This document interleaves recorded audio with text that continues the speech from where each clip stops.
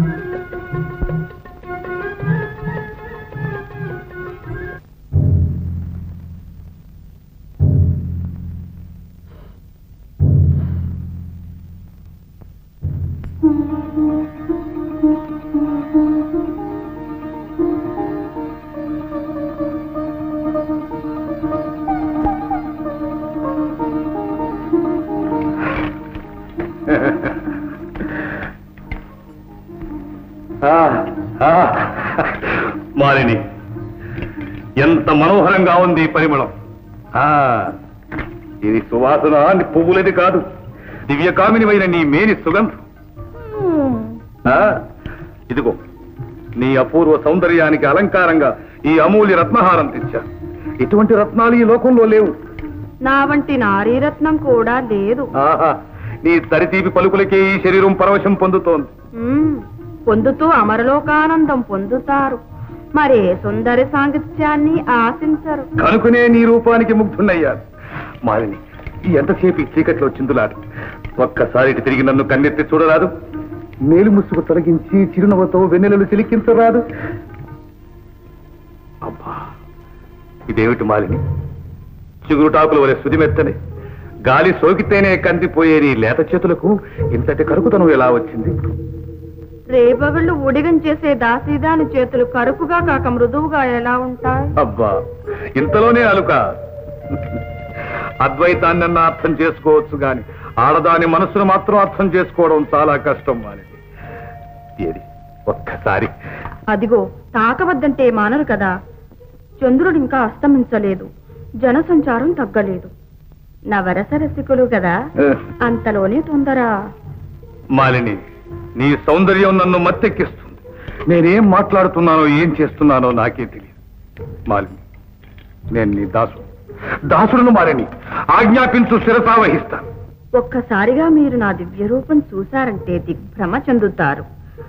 మధురస పానంతో మత్తెక్కి ఎర్రబడిన మీ కళ్ళను రెండు చేతులతోనూ మూసుకోండి. ఏనాడు నీ దేదీప్యమాన దివ్య సుందర విగ్రహాన్ని చూశాను ఆనాడే నా కన్నులు మిరిమిట్లు గొలిపి మూతలు పడ్డాయి. అయినా నీ ఆజ్ఞను కాదన రాదుగా. సరే, కళ్ళు మూసుకుంటున్నా.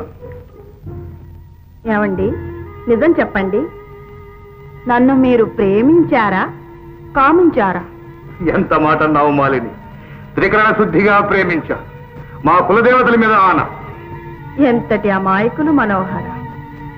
నా నిజమైన దివ్య సుందర విగ్రహాన్ని చూడు. కాదు, నీ పాలిట మృత్యువును. నేటితో నీ పాపాలు పండినై పరిహారం చెల్లించబోతున్నావు. వంటలవాడు నీవా నన్ను ఎదిరించేది? ఓహో, మాలిని చెప్పిన గంధర్వాధముల్లో నీ ఒక్కడవా? సరే రా, నీ ఆట కట్టే. నీ ఆట కట్టించి నిన్ను తుదముట్టించడానికే ఇక్కడకు రప్పించాను. కాచుకో.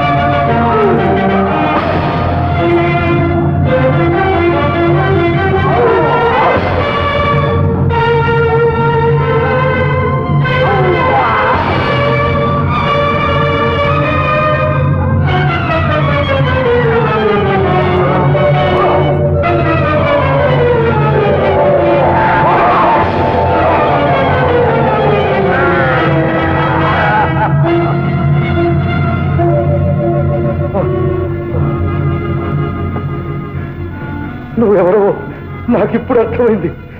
నువ్వు భీమసేనుడవు. ఆమె ఆమె